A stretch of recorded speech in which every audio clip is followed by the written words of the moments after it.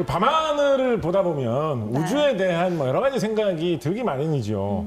뭐 그런 생각 뭐 어릴 때 한 번쯤 해보시지 않나요? 달을 보면 보름달빵이 생각나고 아하. 별을 보면 별사탕이 생각나고 다 먹을 거예요. 먹는 거. 밤하늘에 별을 따서 너에게 줄래. 노래로 옆에 있는 사람을 낚아야겠다. 그런 마음을 여러분도 품고 계셨군요. 저는 달을 보면서 신기했던 게 있었어요. 내가 어디에 있든 누구든 이 달은 다 똑같은 하나를 보고 있는 게 너무 신기했어요. 끝입니까? 네. 뭐 신기할 수 있죠. 비슷한 생각으로 저는 어릴 때 네. 달 보면서 무슨 생각을 한 적이 있었냐면 네. 달이 저렇게 딱 떠 있잖아요, 그죠? 근데 옆 동네로 가도 달이 딱 보이잖아. 네. 자꾸 달이 뭔가 따라오잖아요. 나를 따라왔다 이런 느낌 들지 따라와요. 않나요? 네. 따라와요, 실제로. 달리기도 해보고 막. 달리기 해보신 적 있어요?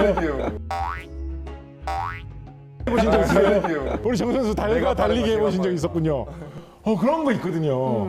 그래서 저는 그거 되게 이상하다고 생각했는데 사실 같은 원리입니다. 달이 워낙에 멀리 떨어져 있다 보니까 지구에서 한 38만 킬로미터 정도 달이 떨어져 있습니다. 아주 멀리 떨어져 있기 때문에 세상 모든 사람들이 같은 달을 같이 밤에 볼 수 있는 것이고 달이 계속 따라다니는 느낌 그런 게 드는 것이죠. 어떻게 뭔가 딱 하나만 그렇게 큼직한 게 훅 떠가지고 지 혼자 그렇게 자리 잡고 크게 빛날 수가 있는 걸까요? 생각해 볼수록 되게 이상한 것입니다. 왜 그럴까요? 이런 거 궁금하지 않습니까? 궁금해요. 왜 저럴까? 이게 사실은 별거 아닌 문제지만 생각해 보면 생각해 볼수록 굉장히 답을 찾기가 어려운 문제였습니다.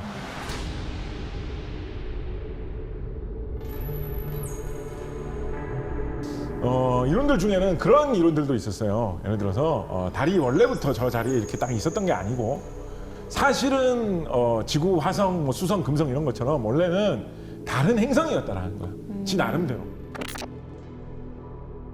그런데 아주 먼 옛날에 우주를 이리저리 이렇게 돌아다니다가 어쨌지 하다 잘못해갖고 지구 근처에 온 거예요. 네. 그러다가 지구 근처를 벗어나지 못하고 지구에 끌어당기는 힘, 중력, 만유인력에 붙잡혀가지고 지구 주위에 딸려 들어가지고 돌게 돼서 지금의 달 위치로 오게 된 거 아니냐.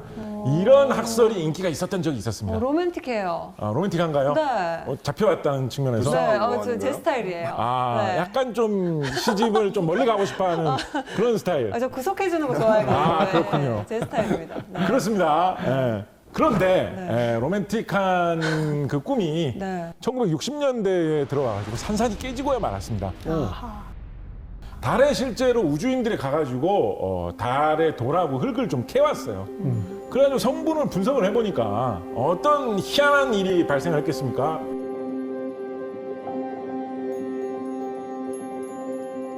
달의 성분이 지구하고 별 다를 바가 없는 거예요. 지구하고 너무 비슷한 거야. 그때 당시 막 그런 얘기도 나왔습니다. 아니 달까지 괜히 갔잖아. 뭐 이런 얘기도 나왔어요. 그러니까. 지구에 그냥 돌하고 흙하고 너무 비슷해가지고. 근데 달에 대해서 연구하던 사람들은 그 소식을 듣고 깜짝 놀랐죠. 만약에 우주의 어떤 먼 딴 곳을 돌아다니던 행성이 지구에 붙잡혀가지고 달이 되었다면 아무래도 성분이 좀 다르지 않겠습니까? 그렇죠. 원래 우주 먼데 딴 데서 생겼던 건데 성분이 너무 비슷한 거예요. 자, 이거는 딴 원인으로 달이 생겼을 것이다. 뭔가 지구하고 비슷한 어떤 원천에서 달도 생겼다고 해야 되지 않을까? 이런 식으로 학자들이 대혼란에 빠지게 되었습니다. 그래서 몇십 년 더 연구한 결과 지금 2020년대 현재에 달이 왜 생겼느냐에 대해서 가장 유력한 학설은 무엇이냐라고 한다면 거대 충돌 가설이라는 이름이 붙어 있는 학설입니다.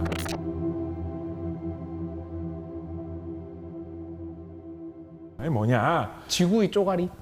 비슷해요. 오, 감 좋으신데요. 이게 사실 딴 데서 들어보신 거 아니에요, 이거? 네, 지금 상상했어요. 네. 맞아요. 비슷해요.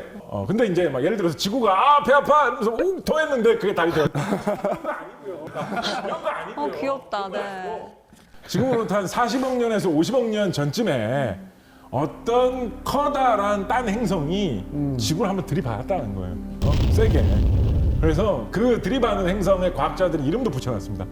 그리스 로마 신화의 신 이름을 따가지고 테이아라는 이름을 붙여놨는데 이 테이아라는 행성이 지구를 들이받았다는 거예요. 그래서 지구하고 이 테이아가 둘이 부딪히는 바람에 산산조각이 납니다. 산산조각이 나다 못해 거의 뭐 곤죽처럼 떡이 됩니다.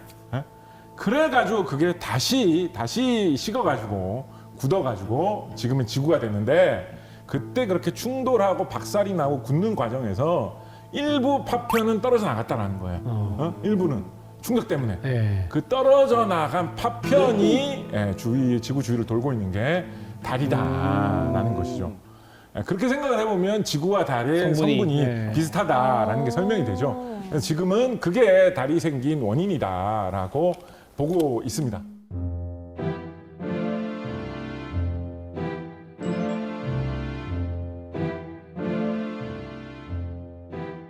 달에서 연구해 볼 만한 종목 중에 상당히 잘 알려져 있고 신기한 것 중에 달의 자기장에 대해서 연구를 해본다라는 그런 것이 있습니다. 지구는 자력을 갖고 있어요. 네. 상당히 강한 자력을 갖고 있습니다. 지구는. 다른 자력이 있을까요? 없을까요? 있을 것 같아요. 달은 기본적으로 자력이 거의 없어요. 그것도 사실 이상한 거예요. 이거 잘 생각하신 아주 거예요. 미세하게 있을 것 같아요. 그러니까. 왜냐하면 우리는 쌍둥이니까. 맞아. 그렇죠. 그래서 네. 사람들 그걸 고민 많이 해요. 아니, 아까 뭐 달이 뭐 어떻게 뭐 테이아가 들이받아서 같이 어쩌고 했는데 지구는 자력이 이렇게 센데 달은 왜 자력이 없을까? 달이 자력이 아주 조그맣게 있거든요. 특히나 신기한 게 뭐가 있냐면, 이거 진짜 이상한 이야기인데, 달에 아까 자기장이 자력이 거의 없다라고 말씀드렸잖아요. 어떤 지역에 일부 약간 강한 지역이 있어요. 희한하게. 없으면 다 없든지. 가끔 가다 보면 그것도 약간 희한하게 좀 소용돌이 모양 같은 걸로. 외계인이 산다. 거기 외계인이 있어요. 무슨 어떤 뭐 단체 뭐 이런 거 소설이신가요? 그건 아니지만 어떤 특정 부에 갑자기 자기장이 세진다는 거는 뭔가 있을 것 같은데요. 그래. 정말로 옛날 영화 같은 데 보면 그런 게 있어요. 다른 이상하게 자기장이 강한 게 있는 거야. 도대체 여기만 왜 자기장이 강한가? 자, 과학자들 가서 그걸 막 파봅니다. 네. 파보면 외계인의 기계 장치가 있는 거예요. 기계 장치를 건드려 보면 외계인의 메시지가 나오는 거죠.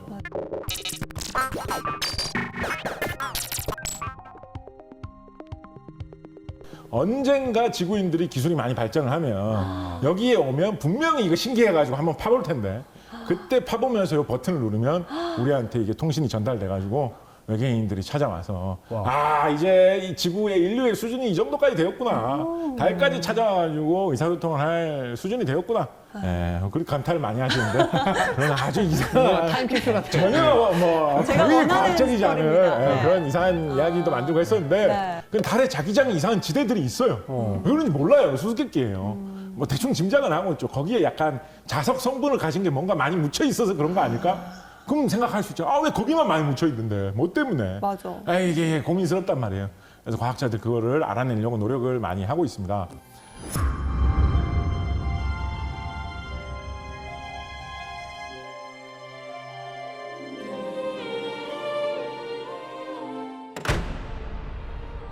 그래서 달 이런 거 우리가 왜 연구를 해야 되느냐? 달에 가가지고 우리가 뭘 그렇게 캐고 다니느냐? 결국은 달에 대해서 우리가 잘 알아야지 도대체 지구가 왜 생겼고 어떻게 생겼고 어떤 과정을 통해서 지금과 같은 모양이 될 수 있었는지 보다 정확하게 알 수 있게 된다라는 것이죠.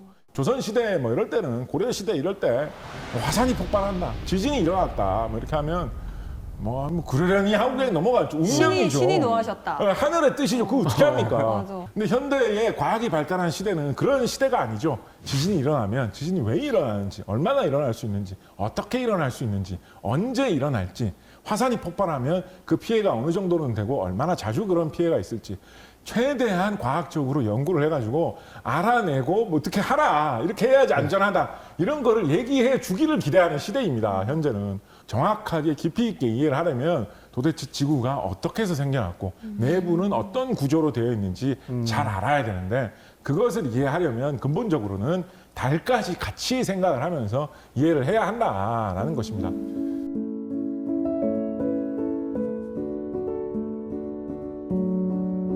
한 20년 전 그런 생각을 하던 시대도 있었습니다. 그렇게 지구가 생긴 근본 원리를 연구하고 어쩌고 이런 거는 뭐 다 이 뭐 기술이 발달한 선진국 이런 데서 하는 거지. 지금은 2020년대는 그런 거를 할 만한 선진국 중에 이제 대한민국도 들어가는 시대가 되어버렸습니다. 선진국이지. 이 지구를 대표해가지고 도대체 지구가 왜 이렇게 되었는지 알기 위해서 우리는 달에 가야 한다라는 것입니다. 다누리를 싣고 우주로 솟구치고 있습니다.